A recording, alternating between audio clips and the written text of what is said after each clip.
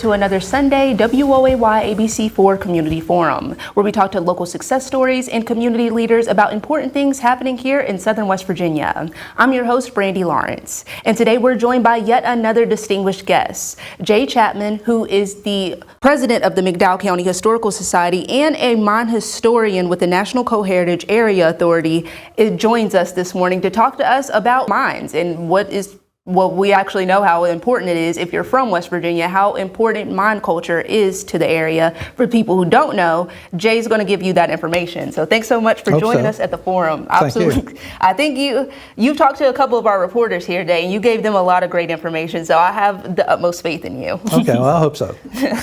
Awesome. So to start off, can you tell us about your background in mining history and what is it that got you so interested in this particular history of West Virginia? Okay, well, I joined the Navy in 1968 and got out in 1971. Went back to Welch and ended up working at the Welch Daily News for 35 years. Worked in the ad department, and they was doing a coal edition every year. So I got involved with that.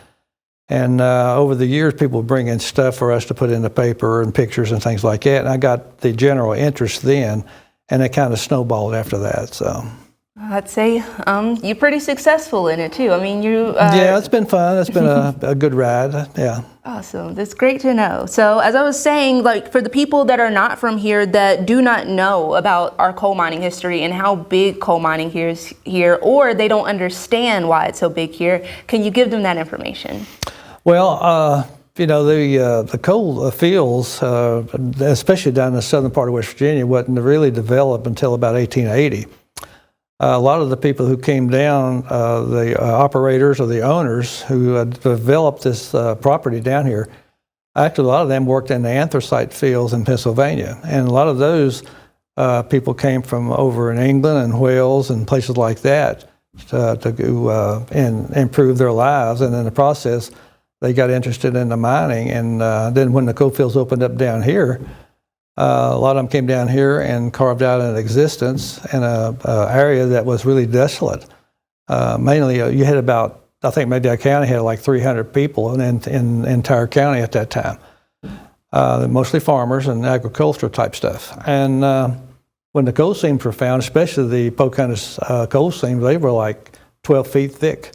And there were certain outcrops. Matter of fact, you can go to Pocahontas, Virginia right now, and the original outcrop seam is still there. You can see that, where they just, they concreted it up and helped it to stay there so long, but you can go right over to it. It's been that way since 1890.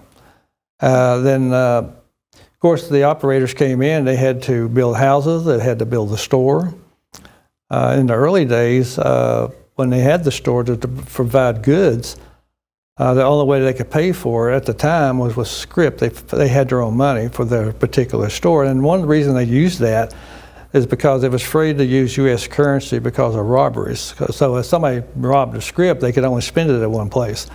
And once the banks were developed in these communities, they started paying the coal miners with silver dollars. But they maintained the use of scrip as a form of a credit system up until 1951. And basically scrip was this like today using a JCPenney or a Bell credit card. It was a credit. And they could, of course, scrip was like $1, half, quarter, dime, nickel, and penny in most companies. Some of them had $5 pieces and tens, but you could get it issued in between payday, and they had a little card. They would write on there what they got. And then they would go spend it at the store, and then when they got their payday in 2 weeks, they deducted that amount from it and gave them U.S. currency and silver dollars. Wow, yeah. Interesting. And I think you said you do like history, kind of like exhibitions and things where you have real kind of artifacts and things from the mine history, and you have some scrip, don't you? I do. I have about a 45-year collection of items. I've got stuff from 1890 to about 1950. I got the, matter of fact, the first hat they used in the mine was a cloth hat and had a leather bill on it. And the little light they used looked like a little teapot, and it had a wick on it out the spout. And they would put oil in it, and they would just light that wick and have an open flame and go in the mines. I mean, there were explosions because of that, but not as bad because you didn't have the volume of oxygen in there before they started having the fans to get the gas out of the mine.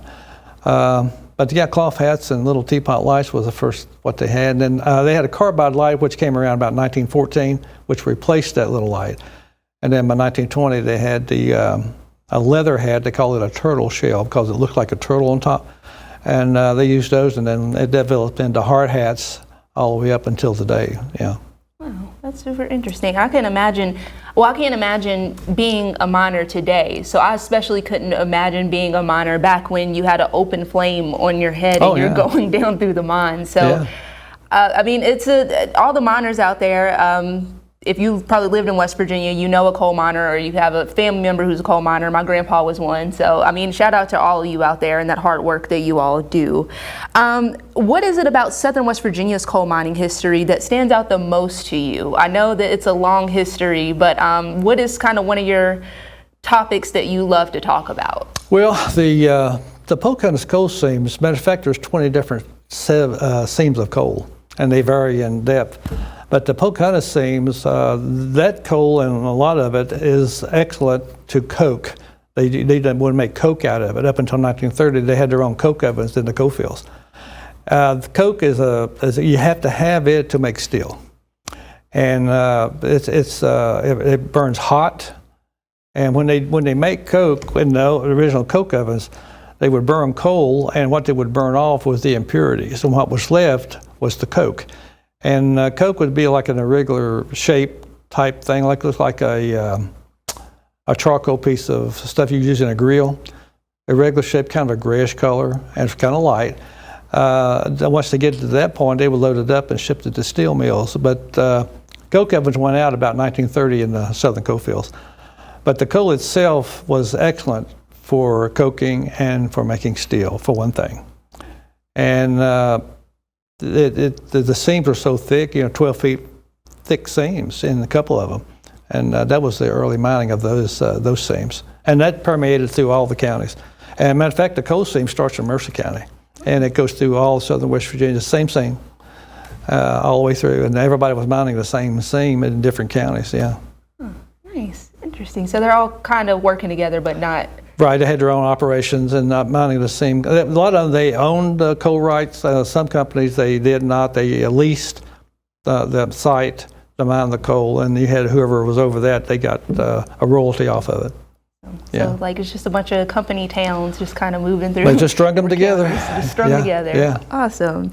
So for the people out there that are not familiar with company towns, can you tell them what they are and how they shaped everyday life for miners and their families? Well, in the early days when they developed the coal camps, they had to bring in everything. They had to build the houses. Matter of fact, the company houses, if they were built before 1920, they were built out of virgin timber. Some of the ones still standing today is that early wood from 1920. But they would have to build all the houses. They would provide churches and schools, which the company built them for free. There could be 4 or 5 churches for different denominations in the coal camps. Then they had to build a company store. And they just sold about everything you could think of. A lot of times they were actually better than some of the modern stores we have today of what they sold. The companies had their own doctor that lived on the job. If you had like 900 men, what they would do, they would charge each miner $1 off the payday every month, and he would get $900. That's how he got his pay for the doctor. But you could go to them, or he made house calls. Wow. They would come around, and you could call him up and say, if you're like my grandmother was sick one time, lived in Superior, McDowell County, and the doctor would come to the house because it was just right down the road to check on my grandmother. Yeah, they would, and then every coal camp had the same thing, no matter what county you're talking about. Yeah. That's so interesting, and it's awesome how, because I was telling you I live in Mount Hope, you can even go through Mount Hope sometimes, and you could see how it was a coal town. Oh, yeah, how like everything was very much so just integrated right there. Even just going through Main Street and seeing like all the storefronts, all the old storefronts there and what they used to be. All the towns that were built off of coal industry in all the southern counties were vibrant at the time. I can remember in Welch and Kimball and McDowell County, you could hardly walk on the street on Saturday. There were so many people in town. It was just a busy place. Matter of fact, McDowell County had over 100,000 people up until 1951. Wow. That's a lot of folks. Yeah, you would never think today. They were the 5th largest county in the state at one time. Wow, that's awesome. And it's like, it'd be awesome to have like a time machine just to go back and see how like big and bustling it was. Well, I grew up in the 1950s and as a kid, and we go to Welch. They had, at one time, Welch had 3 theaters downtown. Of course, the main one was the Pocahontas, and that's where a lot of people went to. Saturday mornings, they would have record hops. A local radio station would come in, and they'd raise the curtain where the stage was. And all the high school kids or kids from around the schools would come there on Saturday to attend a dance from 10 to 12. And then after that, we go down to Murphy's, and they had hot cashews, and they had the lunch counter and all that kind of stuff back then. And the 50s was a wonderful time to grow up in southern West Virginia. Absolutely. It sounds like a lot of fun. It was. So it really was. I wish we could get back to that. I wish. All right. And one of the most talked about events is the Battle of Blair Mountain here in West Virginia. Can you explain what happened and why it was so significant? Well, to start with, to get to Blair Mountain, you have to start up in Cabin Creek and Paint Creek in Kanawha County in 1913-14. That's when they began the mine wars.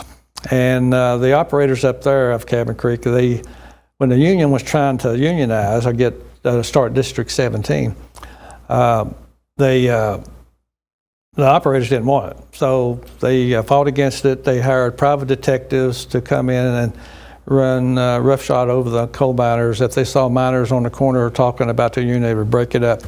And that led to shootings and stuff like that. It got that bad.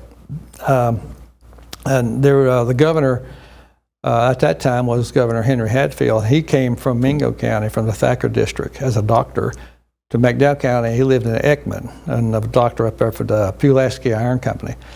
Well, he ran for governor in 1913 and won as a Republican. But he got involved with the mine wars around Cabin Creek and Paint Creek when he was governor. And Mother Jones was also up there. The detective agency that was involved with that was the Ball and Felts Detective Agency. They were based out of Bluefield. They had over 300 detectives, and they were hired out by railroads like the Old Virginian, NW, C&O, B&O for security. But during the mine wars, they were hired as, they called them thugs, to run roughshod over the miners to stop the union from coming in. Well, they kind of quietened down after Cabin Creek and Paint Creek, and then in Matewan in 1920, it erupted again with the Matewan Massacre. That's where the Ballenfelds came down, and they was evicting miners out of coal company houses owned by the Stone Mountain Coal Corporation next to Red Jacket. Well, that led to a confrontation on the back street there in town that afternoon. There was about 11 or 12, I think, Ballenfelds that were in town.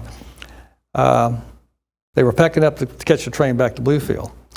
And they were confronted by the police chief, Sid Hatfield, and his deputy, Ed Chambers, and the mayor of the town, Cabell Testerman, and a few miners and some others was around there. But that led into a shootout where I think 11 to 12, maybe 13 men were shot and killed on the street. The two of the Baldwins that were killed was Al and Lee Felts. They were in charge of the Baldwin Felts Detective Agency. They had an older brother named Tom, and he had a vendetta against the police chief and his deputy. So they trumped up charges by the next year that they had dynamited a coal tipple and Mohawk Coal and Coke Company in Mohawk and McDowell County. The reason they come over there because of a stronghold for non-union, also the Baldwin Felts. But they got them to Welch August 1st in 1921, and the reason they got them there was to kill them, and that's exactly what they did. They walked up the steps of the courthouse there in Welch, and they were shot down by 6 or 7 Baldwin Felts at the top of the step. They were tried in a trial there, they were acquitted, but that led to the miners' insurrection at Blair Mountain in October of the year, and that's how that sequence happened out. But Blair Mountain, you know, they, I think 5,000 to 10,000 miners, the numbers vary on that, started in Marmet, and they were marching toward Logan, but they were met at Blair Mountain by Don Chafin and 500 deputized people.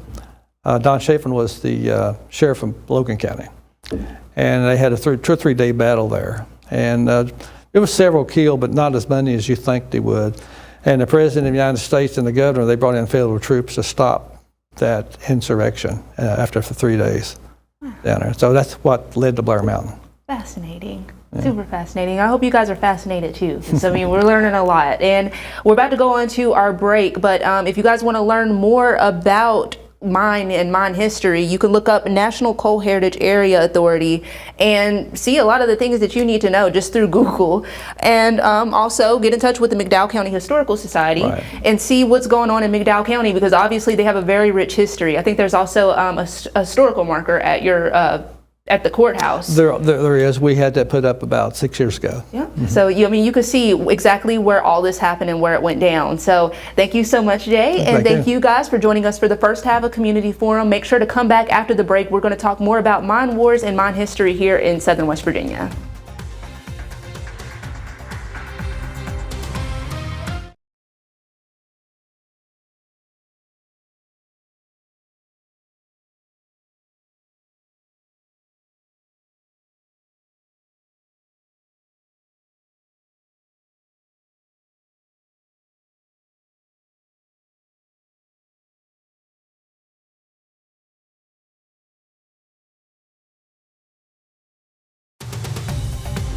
Welcome back to Sunday Community Forum. I'm here with Jay Chatman, who is a mine historian with the National Coal Heritage Authority and the president of the McDowell County Historical Society. And we're talking all about mine history, mine wars, pretty much everything mining here in West Virginia. So we were talking a little bit during the break, and we're talking about people who owned operations in McDowell County, and there were some pretty big names that, you know, a lot of us would know that we probably didn't know that did own operations in McDowell County. Well, the name several, Henry Ford, for instance, bought the mines at Twin Branch down below Davie in McDowell County around 1920-21.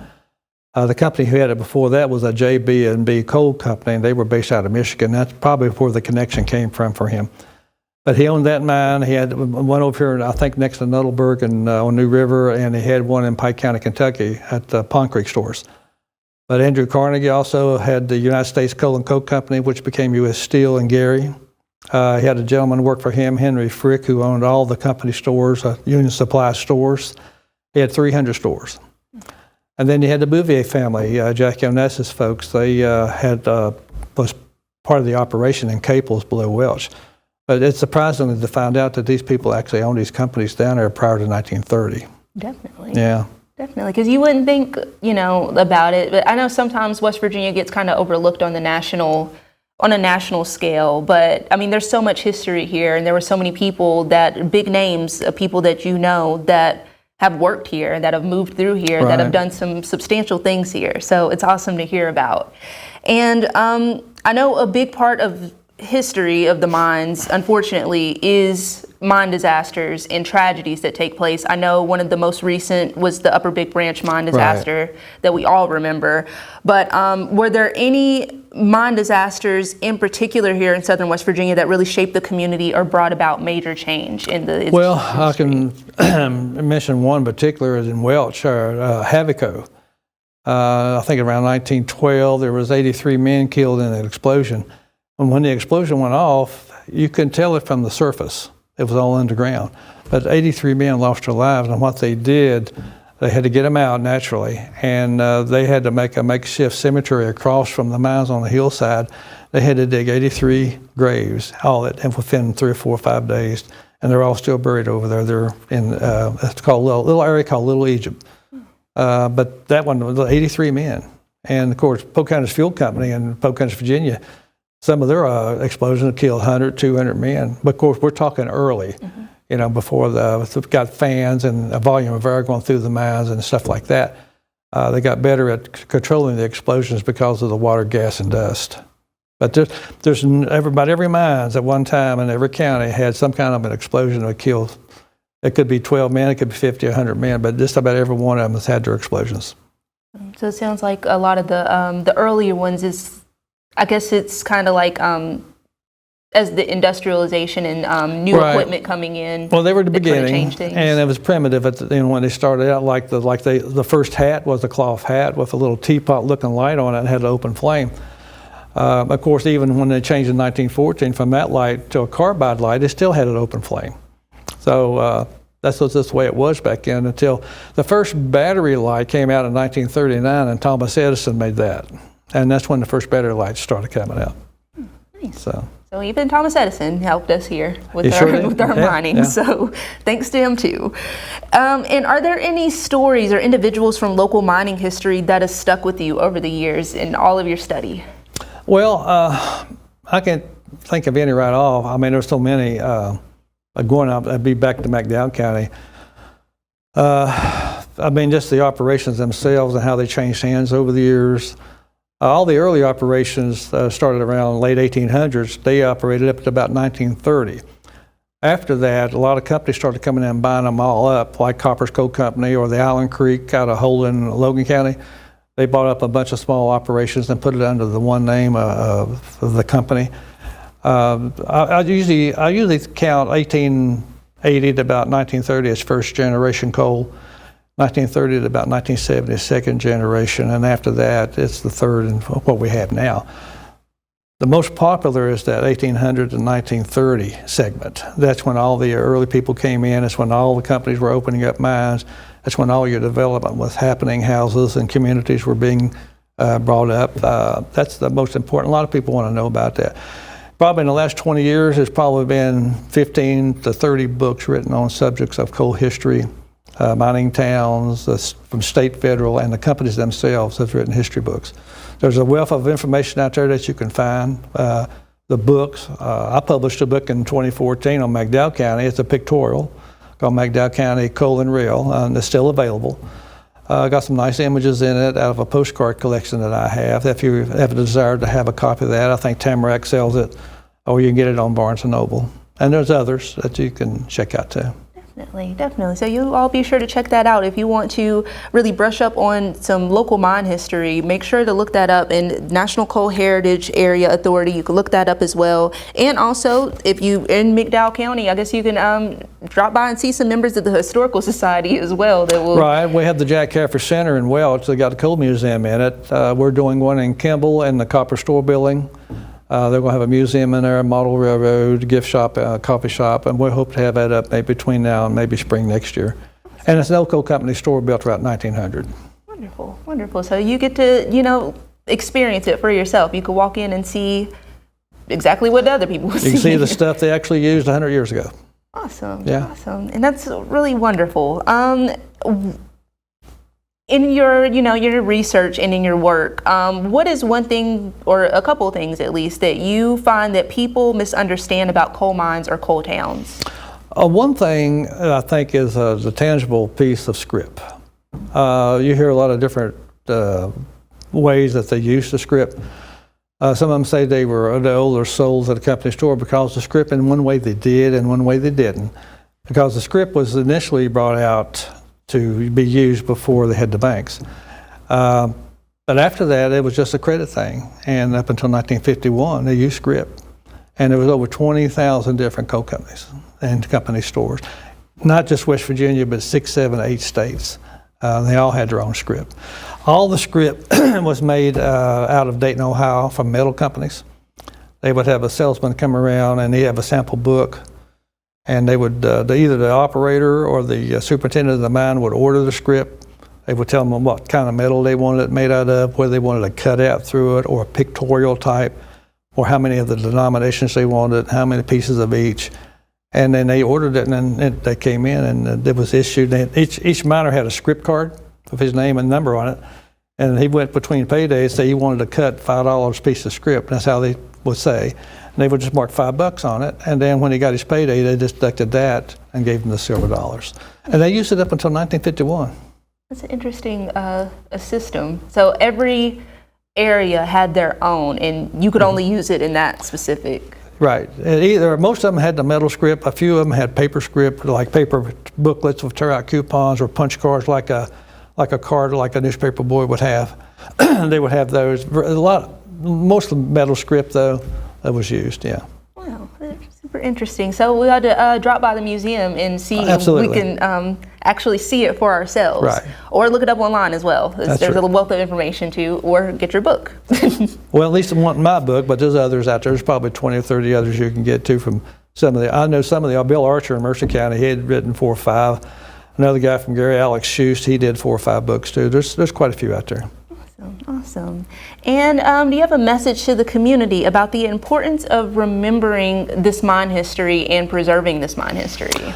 Well, so all the communities still have a certain amount of some of their structures left. There's a lot of great interest in the mining industry, the history of it now. One big thing is the ATVs coming in here for the Hatfield-McCoy Trail. A lot of them want a lump of coal, just a lump of coal. And they want to know about the history of the community. That is being well known now. They're coming from everywhere, even overseas, coming here. And all the southern counties have got Hatfield-McCoy trails. So if you have some information available, or if you want to do your own museum to support that, or if they have make a pamphlet or something up that know about your community, if you have like a historic society or just a local individual that wants to do that, to let them know, because they're generally interested in the history of this area. And it's not just coal history. You got the early history, revolutionary type history. We have a lot of that here too that's not really talked about a lot. Oh, definitely. So, but yeah, there's a lot of things here they can get involved with and find out about. Absolutely, absolutely. And we have a lot of historical markers everywhere, lots of museums, and I think another thing that's really cool, if you want to go inside a mine, the exhibition coal mine over in Beckley, it's a really cool thing too. So. Well, they have one in Pocahontas, Virginia too. There's two, and they got a restaurant over there. They opened up in an old shop for the old Pocahontas Fuel Company. Well, I think that is going to be a one-tank trip for us, because I don't think we heard about that either. Yeah, so that's we'll have to go in there and let the people see and generate some more interest. Well, the town of Bramwell, that's $1 million town. All the original houses are still there. They got some restaurants there.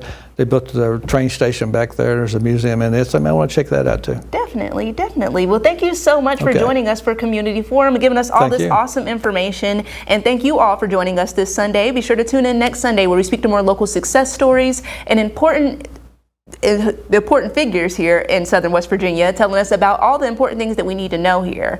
Have a happy Sunday, and we'll see you next week.